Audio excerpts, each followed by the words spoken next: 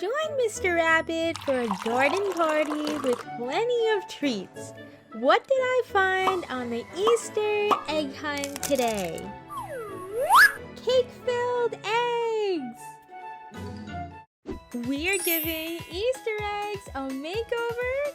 Not only are they bright and beautiful, they are filled with cake, and you can use any typical grocery store cake for this hack. To see that and how to achieve this colorful marble look, be sure to keep on watching, and these will be your best Easter eggs yet. The 4 things you are going to need are a 3-part egg mold. This gives the best result for layering all the different colors, unlike a silicone mold which can make cracks or holes in the eggs. That's very important, so I will link this mold down in the description box. Next is chocolate and your favorite colors. I'm using Mercken's brand and your choice of any pre-made cake with the can of frosting. To start melting your chocolate, you want to heat it in the microwave for 30-second intervals until it is mostly melted. This takes 2 rounds of 30 seconds each. Don't set it and forget it. We don't want burnt chocolate. I'm just giving that a good stir in between rounds. There will be some chunks left in there. You can go ahead and microwave for just 10 seconds this round. It should be smooth and fluid when it's ready. If not, microwave for only 5 more seconds max. The last thing we should check before molding is that the temperature is around 90 degrees with an infrared thermometer. My trick for keeping the chocolate at that temperature is to store it in the microwave when I'm not using them. The light helps them stay warm for longer without having to reheat anything. If you've ever let bread rise in your oven, this is the same idea. And now we're all ready to mold.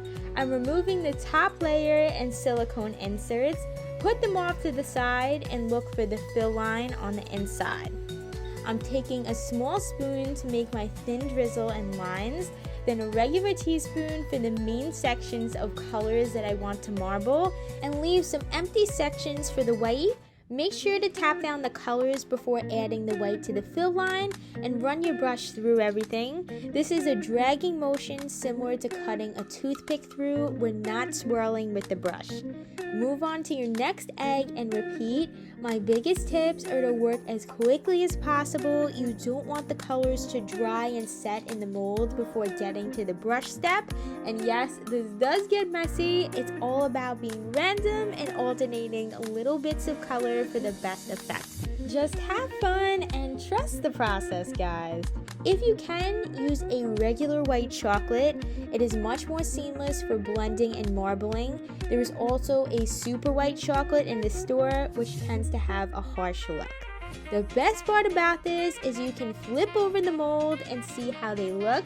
You can always go back in with your brush to make adjustments. Place the silicone inserts on top and firmly press the top layer over that. The chocolate may spill out of the sides, but it is much better than not filling your mold enough. We'll crack that extra off later. Pop your masterpiece in the fridge for 10 minutes and that's it. This mold doesn't require any more chocolate.